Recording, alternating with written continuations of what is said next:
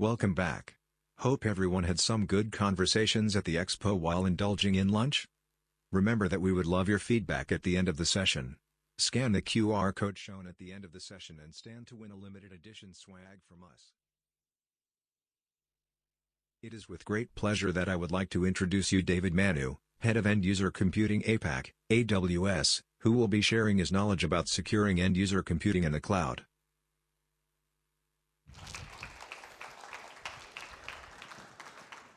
Hi everyone, I hope everyone's enjoying the summit so far and learning lots of different things.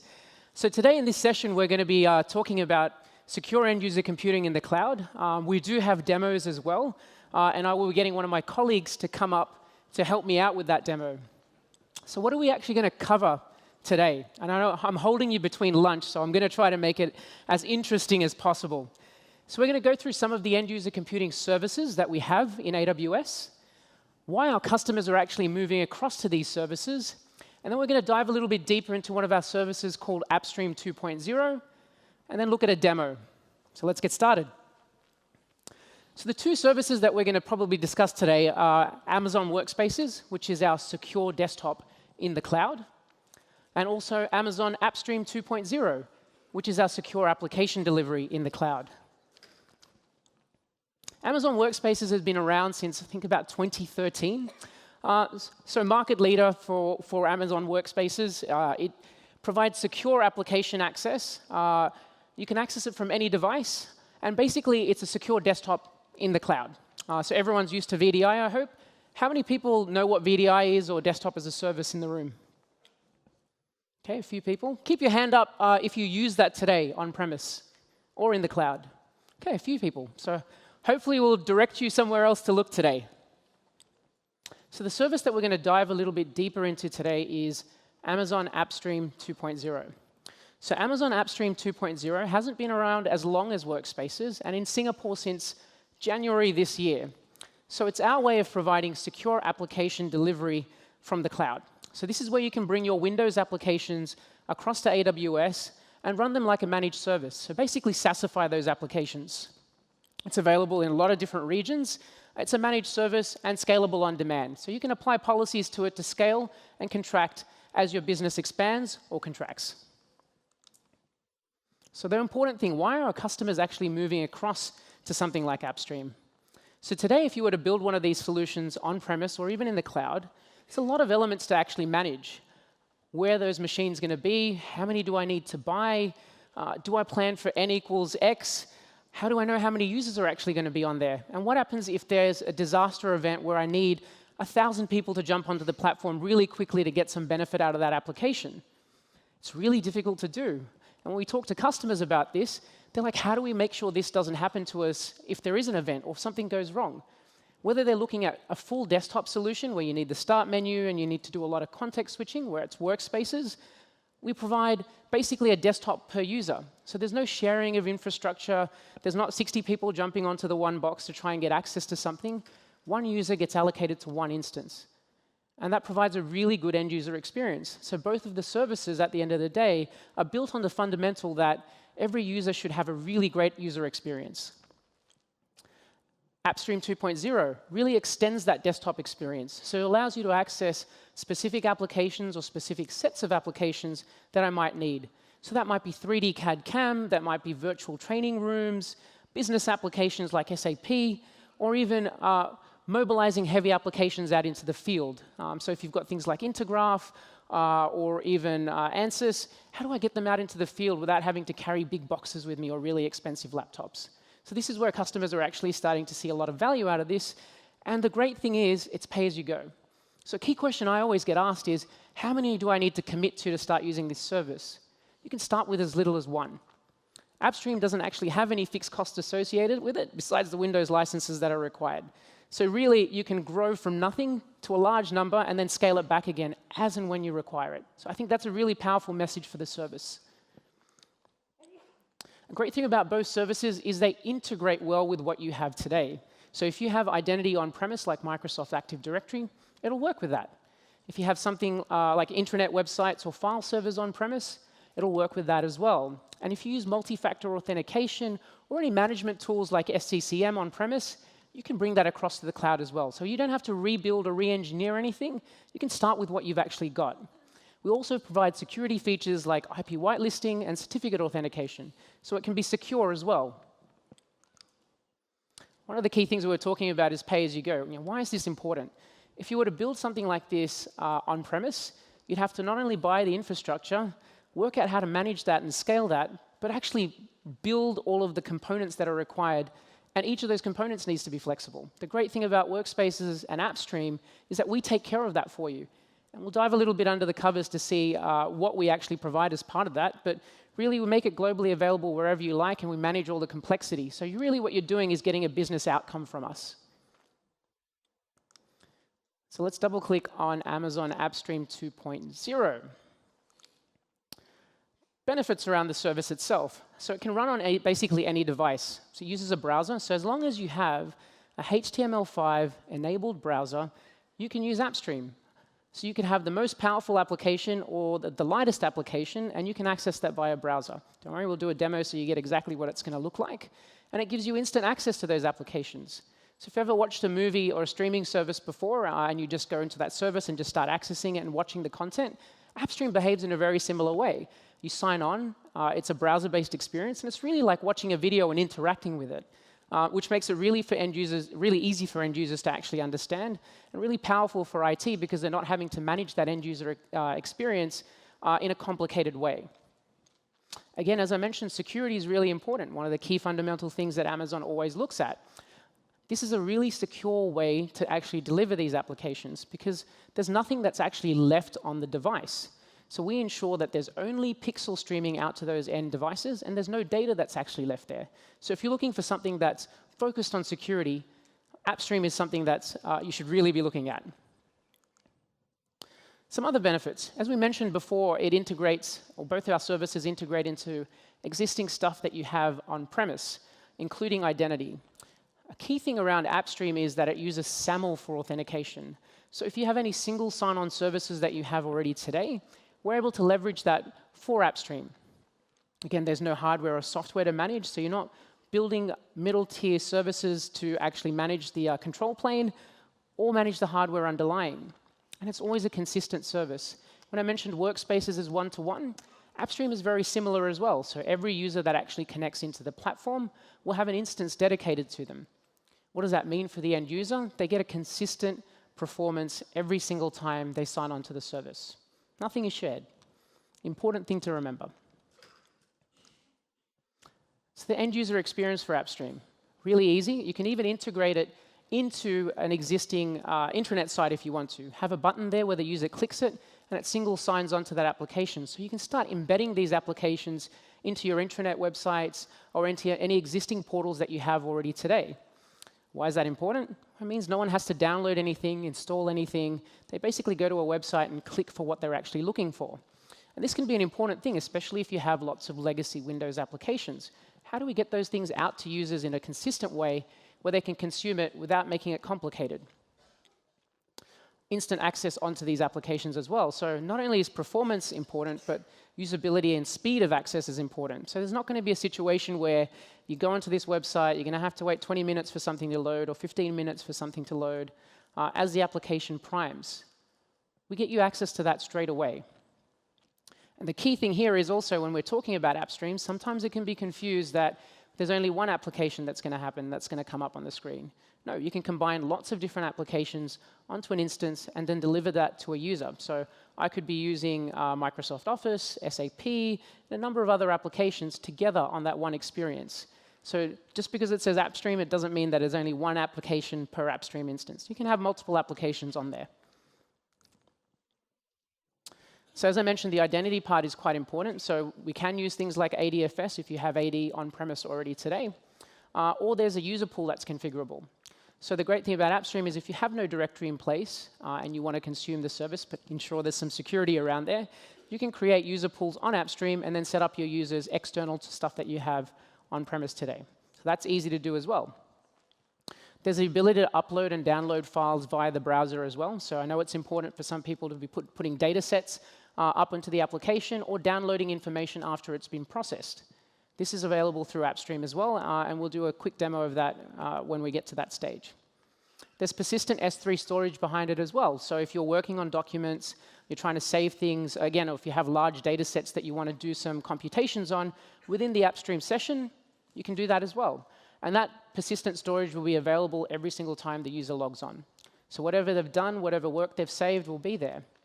Along with the persistent file storage, we also provide persistent profiles. Now, this is really key because when a user logs on, you don't want them to have to set up their entire session again. And that could be entering in their name into Outlook, remembering their browser preferences, or application setting preferences for that matter. What AppStream allows you to do is containerize that, so that's available to them every single time they sign on to a session. Printing is also available.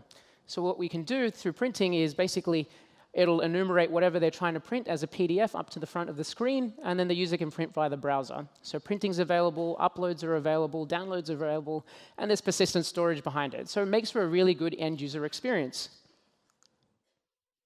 Let's talk a little bit about the streaming protocol itself. I'm probably sure a lot of you haven't heard of NiceDCV before.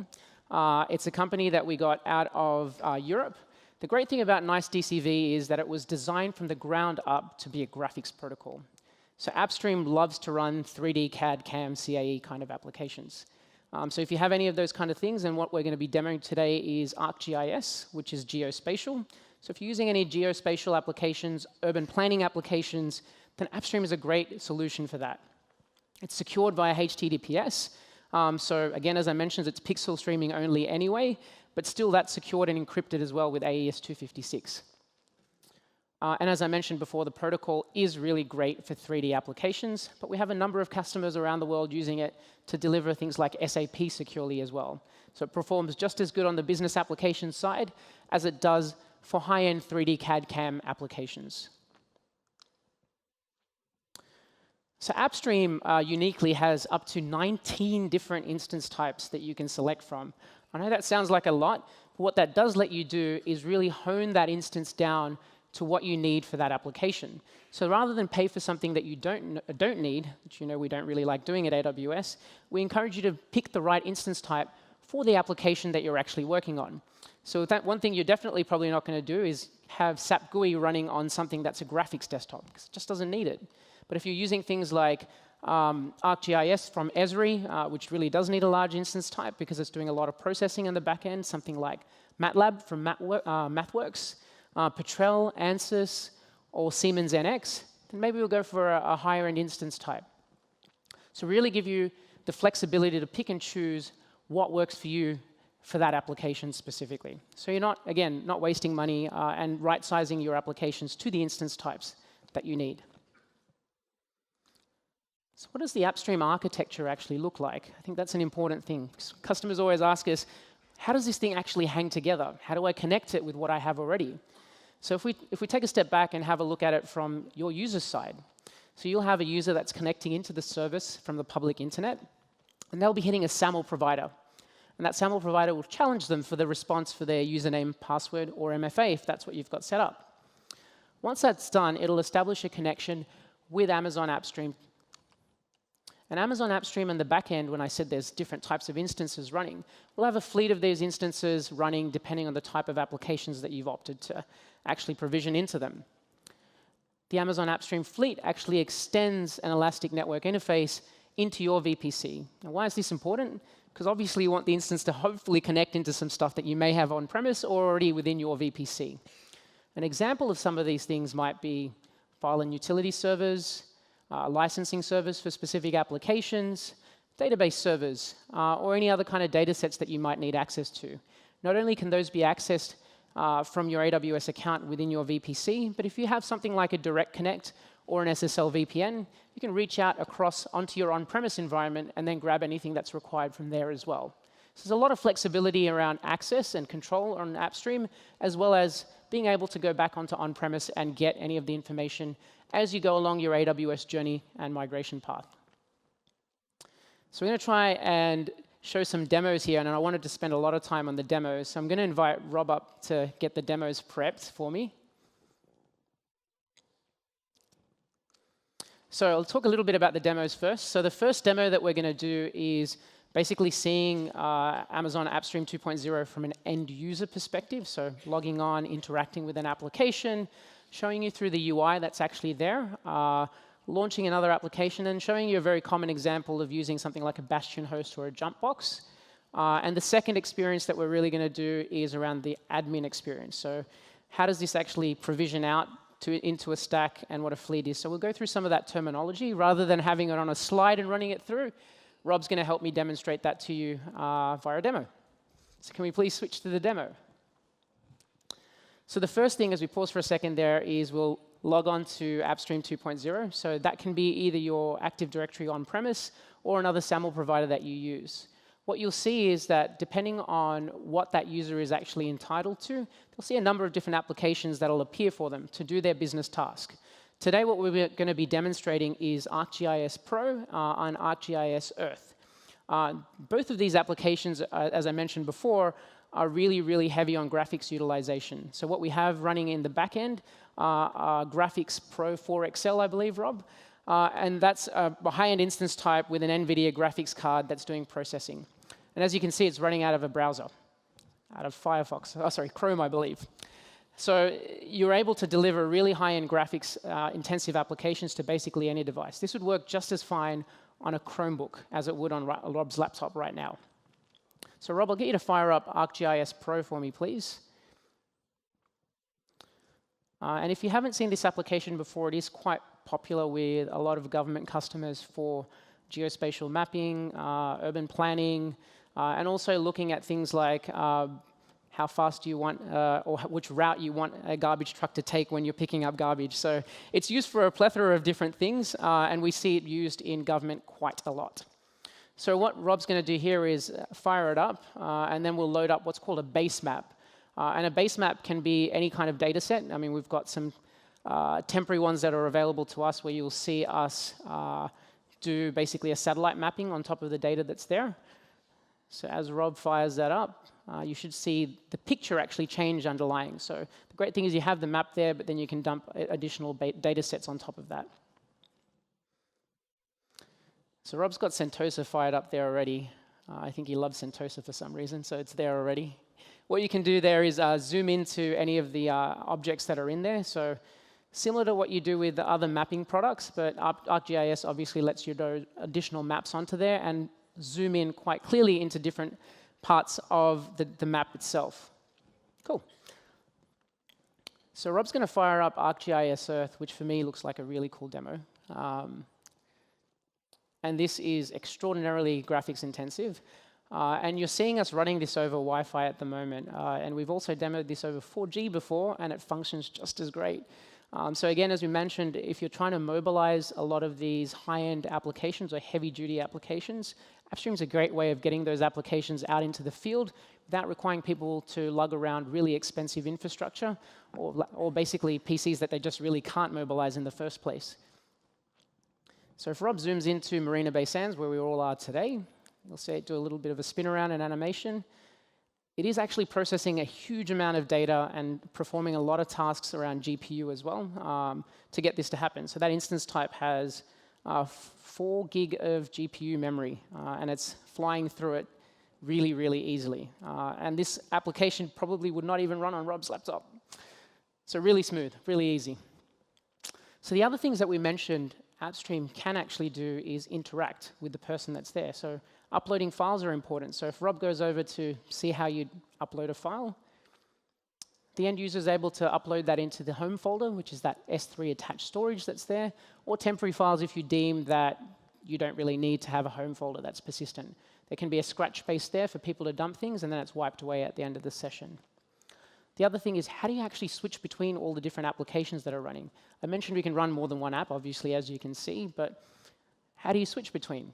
So you click a button at the top, and you're able to context switch between any of the applications that you already have open, and then click into them. The interesting thing about this is that they're all actually live tiles. So if you're in a chat window or you're running a simulation in the background, if you go into this tile mode, those tiles will be updating real time. So you'll be able to see what's going on in those tiles. And if you see a change has been made, then you can click into that and then action whatever's required on there.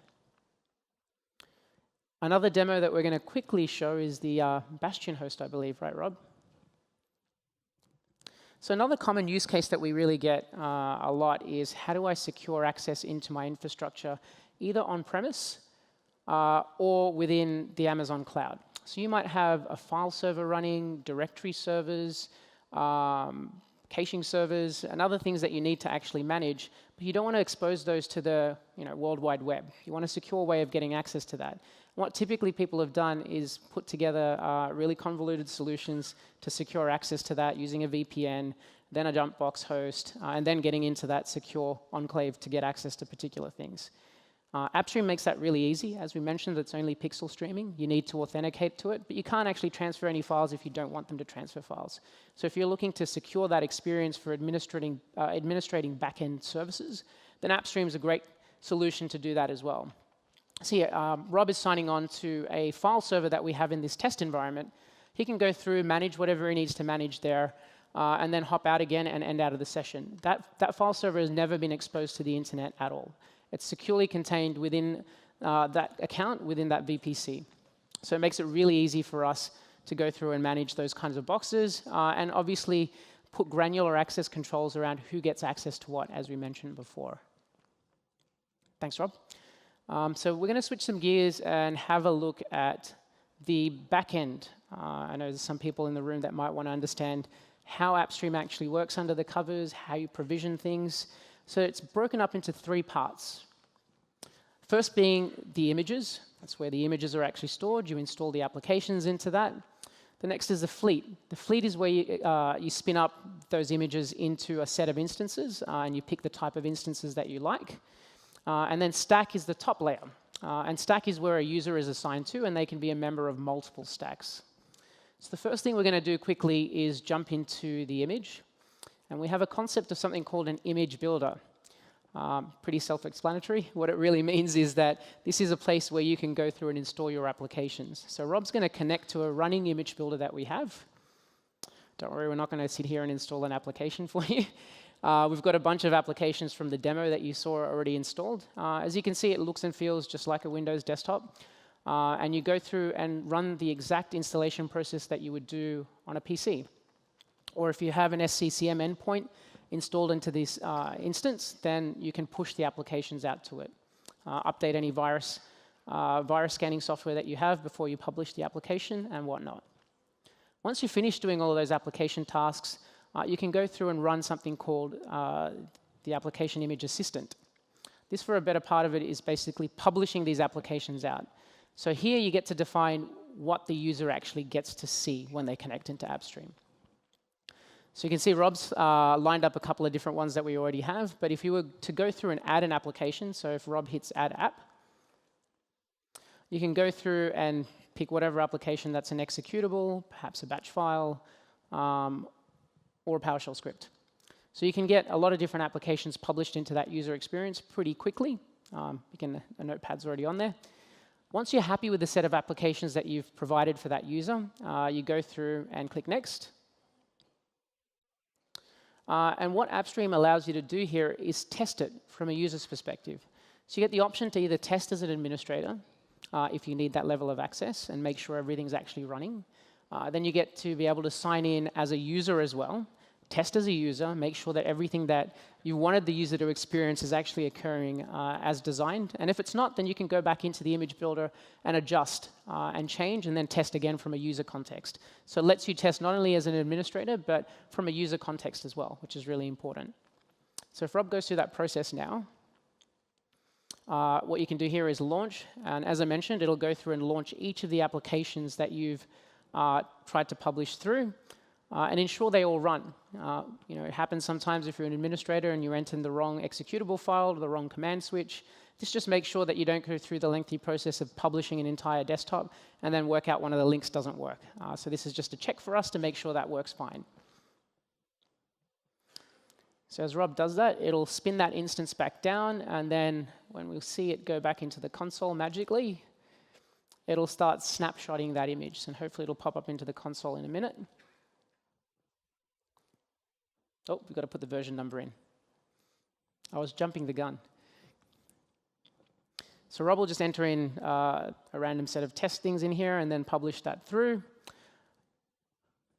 What we've done, obviously, in the interest of time, because the snapshotting process can take about 20 minutes, is prepared one already. So we'll go through the process of, let's say, a really common enterprise use case or a government use case is, I've updated my applications now. How do I update my running fleet? So you might have a version 1 of a particular piece of software already running with lots of users already connected into that system. How would you go through and update that now? So Rob's just going to jump into the fleet that we have running. So you'll see that snapshotting right now. What happens when that's actually completed is it'll pop up as test at the bottom there and be available rather than pending. So that image will be then ready for you to use and update into a fleet or create a new set of fleets. So if we go into the fleet now, there's a number of options that you can put through the fleet. So before we update the image, I'll get Rob to just click on the scaling policies, which is probably one of my favorite features about AppStream. So you can actually define what the minimum number of instances that are running and then also the maximum number of instances. But the other thing that's really great is that you can define policies to either scale in or scale out. So you can either start out with 5 instances, and if that gets to about 80% utilization, you can bump that up to another 100 instances or 50 instances, as you like. And then you can also scale that back in as well. So when those instances aren't required anymore, you can actually scale all that infrastructure back in so you're not paying for that. Great. So going through updating the fleet itself. So if we go up there and then look at update fleet, you can actually pick the image size that you want. So we've got a version 5 of that image. If Rob goes through and hits update, the update is basically instant. So what happens is the next time a user reboots or ends their session, they'll get the new instance available for them with a new set of applications that you've defined. But if they're already connected, then it's not really going to affect anything that they're doing. And then lastly, the stack that we have at the top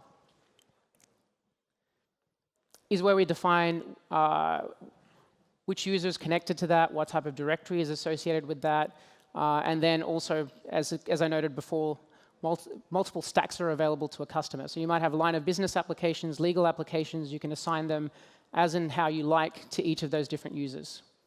So that's the demo. Thank you very much. I hope you had a good session. I know I'm holding you from lunch. I just encourage you to know there is actually a session next door where you can see student labs for health services that are running, so I'd encourage you to check that out as well. Thank you very much. I finished with 8 minutes to spare.